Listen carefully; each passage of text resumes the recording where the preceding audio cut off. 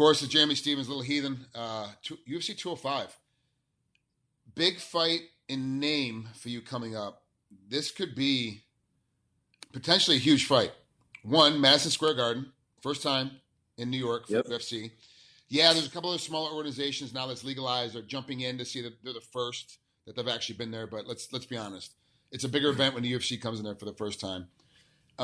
Frankie Edgar, who's hugely famous down there, Renzo Gracie and Matt Serra, and is trained, went to school on there from New Jersey, right across the river.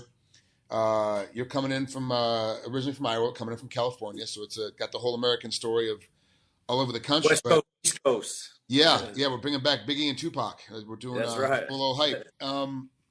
This fight, though, fighting a guy like Frankie Edgar in New York, there's got to be a lot of hype around this. Have you been feeling the extra media, the extra attention that they're giving to this fight? Have you been getting the extra phone calls yourself?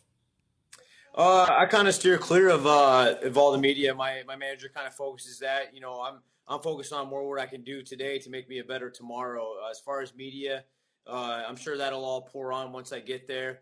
By then, I'm ready for it. That's like my recovery week. I'm not really doing too much anyway, and I'll be dialed in. But it's just another fight, if you ask me. It's a big name. It's a great opportunity to go in there and see some big name win. And I'm fighting in his backyard. I prefer to do that. I don't really like going where I'm the favorite anyway. So I'd rather go in as the bad guy and crush some spirits. We talked about this before in some of your other interviews. You actually do really well under pressure. You'd rather be booed. You'd rather be in somebody else's territory. You'd rather have the UFC come at you and go, hey, look, if I lose this fight, I'm cut. Like, you want that pressure. Like, you seem to do really well when there's a lot of pressure on you fight-wise. Is there a lot of pressure on you for this fight? No, I don't feel any pressure. It's just business as usual. The pressure I really put on myself is just becoming a better me every day. Just getting in nasty cardio shape. Frankie Edgar's a freak for cardio. He's a true champion that I feel like I'm fighting. He doesn't run from anybody. Mm-hmm. He's hard to break. But I feel like I'm the type of dude to crack that egg, and I'm coming in knowing what I'm up against. I look at Frankie as a guy who's just haunting my dreams in the middle of the night, and a guy who can go out there and embarrass me and in front of my family and friends and set me back. So I'm taking those fearful thoughts and putting them in a positive, direct way, and really focusing on being in the best shape of my life and nasty freak cardio shape and just throwing heat for 15 minutes. And I'm excited, man. New York City, Madison Square Garden. I always find myself on these big cards.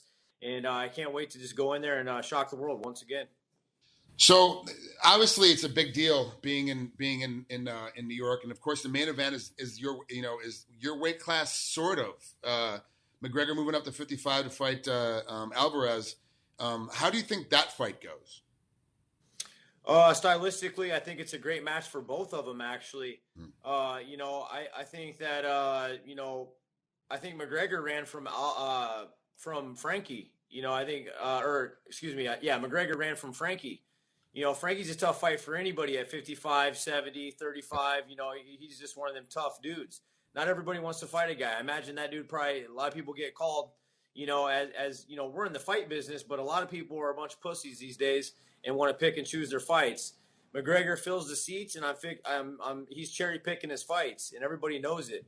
Stylistically, it's actually a good matchup for McGregor, and I think it's a good matchup for Alvarez.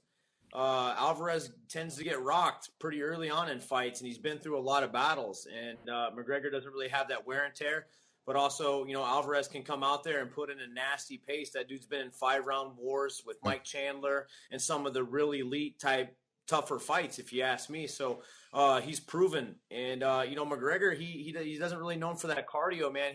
He looked like crap in his last fight by running away. He was taking some deep breaths. Alvarez shows up in shape to fight, so it's a tough matchup that way. I could see it really going either way. Now, it's come out, McGregor said that he gets the belt at 55. He's going to defend the belt at 45. Dana, of course, came out and said, no, we're taking the belt from you at 45. Rightfully so. The UFC could strip him. He hasn't defended the belt in so long at this point. It's not, there's no one's going to argue with Dana for taking the belt away at this point. If Conor goes up to 55, wins the belt, stays up at 55, who do you think of your weight class is going to be the next two in line to try to get a new belt put together? No, Conor's gone. They take the belt away from him. He's up at 55 now. That's where he's the champ. 45, who are they going to have to put together for a title fight down there? The only person I'm worried about is me, brother, and that's the only person I care about in that whole division. Everybody else can just get in line. You know, it's about how you win. You know, I've beaten people in exciting fashion ways, and my name's up there. I'm well deserved of a title shot. You know, beating Frankie Edgar and going in there and putting on a phenomenal win, or just crushing his heart by a nasty knockout that puts me right there. I fought at both 45 and 55, so you know McGregor can't really run for me. I'd meet him at 72 if he wanted. You know, we walk around the same weight. You know, we're about the same size. I feel like maybe he's just maybe an inch or two longer in wingspan, but we're pretty much the same size. Both big 45ers, and I fought at 55 my whole life and knocked people out there. So I'm comfortable with either weight class, but you know I ain't worried about anybody else besides me, and that's the only person I want catching the title next. So how do you think you do with McGregor if he's at 45? Like if he comes back down to defends the title, how is that fight going to go between you two? I think that's an exciting fight. I think that's something that the fans would truly enjoy. You know, you're talking about two of the heaviest hitters in the game right now. I mean, I've been proven to knock guys out. You know, guys that come from 70. I've knocked out Marcus Davis when he was knocking out 170-pound guys. You know, I've done that in both weight classes, not just with right hand. I've knocked him out in flying knees, back fist, and my shin. You know, up against their chin. So you know, I feel like me and him are an exciting matchup. And you know, it's our lines are really getting close to crossing. So it's really going to come down to getting this next win. You know, Frankie Edgar is the true champion. He doesn't run from anybody. He's got my 100% focus. And you know, I see me knocking McGregor out. That, or I can beat him up for 15 minutes. I don't slow down. I get better in the later rounds. I have third round knockouts and a lot of them, and I just get better as the fight goes on. So I see me knocking that dude out. Right now, your fight is the main event on the prelims. Frankie Edgar is ranked number 2 right now at the weight class, and of course you're ranked 7th. A win over Frankie bumps you definitely in the top 5, depending on. And I don't like how the ranking system goes. Could move you as high as 3. Where Max Holloway is currently sitting right now is ranked at 3rd, and he could move up. If Frankie loses, he'll move up, and then everyone else will follow suit behind you. But you're definitely a win over Frankie Edgar. Puts you in the title hunt. They've obviously been passing Max over at this point. They're not sure what's happening, you know, with the interim title. Where's Jose going to go? Is he staying? Is he leaving? There's a lot of factors going on. But you beat Frankie, even in a decision, it's going to move you up the rankings. You finished the fight over Frankie. It's going to put you in title contention. Like, you are now in that top 5 space, and we all know the guys in top 5, and we saw it with Bisping and Henderson. The right guy wins. The 13th guy can get in for a title shot, which we saw with Dan, and Bisping being number 1. It is possible for you to jump in and be in that title hunt. You obviously talked about having to be in better cardio shape, because Frankie comes in crazy cardio, goes all day, every day, doesn't stop, doesn't slow down, goes just as hard the first round as he does the 5th round in his 5-round fights. Did you have to change much in your training camp to get your cardio to that kind of level? Did you have to bring in new bodies? Because to have bodies that can go that hard all the time, or was everything already set and ready to go? Just had to put the pieces together at the gym already?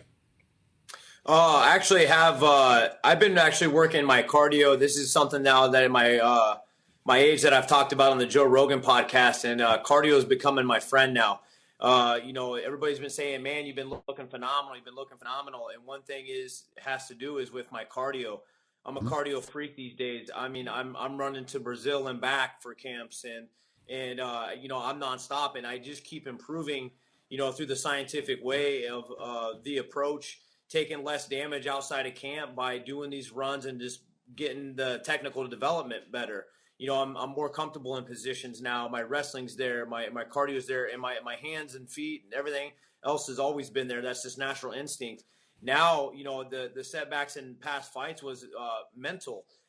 With cardio, the mental goes up because I know I can physically just throw heat for 15, 25 minutes. Yep. You know, I just did a nasty session today of Shark Tank, and you know, I had fresh guys coming in on me, trying to take me down. I'm getting up. You know, this guy's not going to be able. That's his only chance, is to hold me down, and he can't do that. You're not even going to be the Incredible Hulk and hold me down. It's just not going to happen. If you take me down 10 times, I'm getting up 15. Yeah. So that's just the way it's going to be. And I'm going to be in your face, throwing heat. And, you know, I don't hit like these other guys. You know, when they get hit, it changes up the whole game plan, and people get desperate, you know. And if he does take me down, I'm popping back up, still throwing heat. So I'm prepared for a guy like Frankie, and this is the perfect time. You know, we could have fought at 55. Back then, that was his best chance of winning that fight. You know, now I'm really kind of coming into my own, and with the mindset, the cardio, everything's just going great. And, you know, I don't, how many opportunities are you going to get to fight in Madison Square Garden, or how many more opportunities am I going to get to just fight in general? And I'm going to go in there and seize that moment. Like, you know, I could die the next day or that night. So I'm going to go in there and make it like it's like my best night, my last night. And I'm a real fighter. A lot of these guys are just athletes. Me and Frankie are both real true fighters. I mean, as you know, it's about filling seats these days and just entertainment. You know, everything I've gotten from these right here. Yeah. And how I feed my family. So I come in there with a different mindset and definitely well prepared for a guy like Frankie. And the next part of the question, you know, I have Dominic Cruz, Justin Lawrence. I have, you know, Darian Caldwell. I have phenomenal wrestlers in my camp. I have amazing freaks, you know, and I have everything that I need in my camp. So for this particular matchup, we didn't really have to really change anything. We're just going in there with the same savage mindset, putting in work and showing up come fight night. Jeremy, I've told you this before, man. I love your attitude. I love how you approach fights. I love that you're no nonsense kind of attitude. Like, look, I got to put work in. I got to get better. I'm getting older. I got to start putting more cardio work in. Fuck it. I'm running to Brazil. I'm just going to go run it and see what happens. And you ran it and you did it and you got in better shape. And I love that you're like, look, I have very few opportunities. You know, my generation, we had no opportunities to fight at Madison Square Garden. It was not available. Your generation has got some time to fight in Madison Square Garden. Maybe once, maybe twice, but it's not going to be more than twice. That's for sure. Because there's, you know, it's going to be tough to get back in there again once we get through, because now everyone's going to be calling, hey, put me on the card. You know, for right now it's Joe Silva, and come next year it'll be Sean Shelby. I've been trying to get a hold of him. You got to put me on the card. Like, it's Madison Square Garden. You're on it. Great event. I'll be officiating in Maui, Hawaii that night, another MMA event. And I actually replaced John McCarthy, reffing in Maui. I kind of got duped. He asked me if I would go cover his slot in Maui to go ref. I said, of course I will. You know, John calling me to go ref, it's because he's reffing in Madison Square Garden. So I got a little duped on that one. I was like, all right, okay. So I'll be watching it off my phone or off my tablet at the arena between fights, trying to catch everything, because I am, being from New York, obviously upstate, not from the city, but I am super excited about this fight. And to look at this card, it is nuts. Every fight on this card is absolutely incredible. This fight actually is what UFC 200 should have been. But now it's in Madison Square Garden. I'm so much happier it's here. You feel that extra energy too? You feel that extra, wow, this is like a really big card. It's a bunch of guys, a bunch of extra eyeballs are coming just because it's New York, just because it's Madison Square Garden. And then, of course, the main event with Conor always brings more people on board. Yeah, he brings some of the best fans in the world. You know, I will give Conor McGregor that. You know, the Irish fans, they may be all for him, dude, but outside of that, you know, they've shown me a lot of love and support, and they're really actually truly great fans. They're loud, they're crazy, and we love that. And if you were right here, I'm shaking in my seat. I'm so pumped up, dude. You're getting me fired up. I'm gonna have to go work out again. This is just nuts, you know. And one of these days, you know, I'm going to be sitting where you're at, hopefully, you know, coaching and reffing and giving advice to younger generation athletes. You know, this is a rare moment for me to be at this point in my career, still fighting and fighting a fantastic opponent in Frankie Edgar, somebody who's going to bring out the best in me and give you guys one hell of a show in New York City. And it's just an iconic, monumental place. And I can't wait to go put on an iconic fight.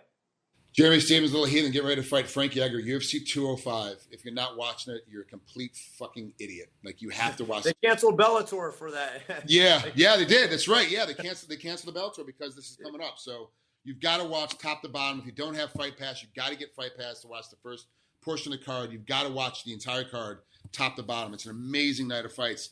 And, of course, our friend Jeremy Stevens is going to be on there. Jeremy, good luck. Have fun. Enjoy the ride, man. Enjoy the trip. Enjoy this whole process of getting there. And enjoy the victory at the end of the night. Yep. Thank you, Frank. Will do, man. I appreciate the wise words, man. True legend. You got it, brother. Thanks so much. We'll talk soon. Thanks, brother. See you.